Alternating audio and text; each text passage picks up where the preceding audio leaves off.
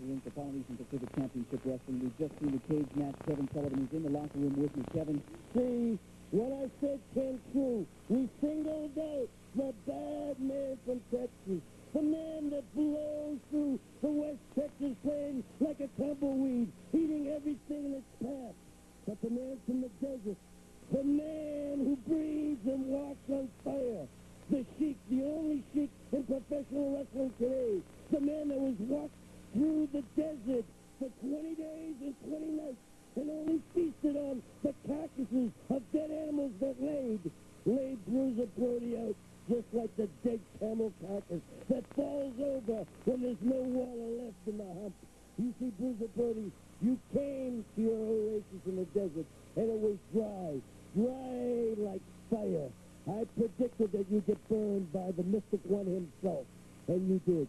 Now, Lars Anderson, the war was originally started a year ago when you went sent to the hospital with the Maniac and myself. But now, as history again has repeated itself, you were carried out of the ring by Kamalamala's gigantic headbutt. And Superfly Tui, you were a different story.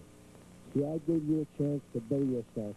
I gave you a chance to step out of the wop-wop, to step out of being a Samoan. I gave you a chance. As you can see right now, we're cutting the big man up like a barbecue. Looks like a luau. We get him now. As the spike is driven to his head, the spike that was given to me by Habunadine himself. You see, Lars Anderson, a member of Mrs. Maivia's family. As you can see, she's walking around ringside, hoping and chanting that darkness will not prevail. But the man of the desert has climbed. The man of the desert has climbed the cage that was once called impossible to climb. But that wasn't his plan. His plan was to get the big man from Texas, Bruiser Brody. And the plan was laid out better than Hitler taking Poland. You see, once the volcano erupted and ran down the side of the mountain, it all came to an end for Bruiser Brody. As you see right now, the Mystic One is in a trance, called on by Habunadine himself to destroy Bruiser Brody, and he did. Ladies and gentlemen, if I may have this for just a moment here. If I may have this just a moment. I know that this is your interview, Mr. Sullivan, but we have some other matters to discuss right now, and it happens to be one Mr. Bruiser Brody. The doctor is in the back, and Bruiser Brody is severely burned on his face. You know, you do think it's funny, don't you? Let me tell you something. That was not an accident that happened to Bruiser Brody.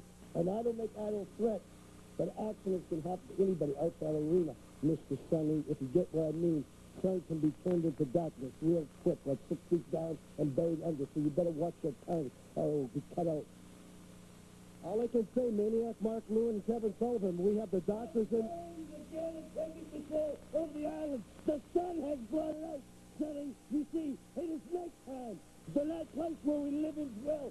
Darkness will come. Now I have made Bruiser Brody a king. Yes, a king. A king in the land of the blind, because there, the one I made is king. Speaks the darkness. Ladies and gentlemen, this is definitely a... I want to take a look at the match right here. Here's the cage match. We have Grizzly Smith, who's down right now in the cage. I really don't know what to say about this. Lars Anderson is having his head bashed right into the ring there by Maniac Mark Lewin.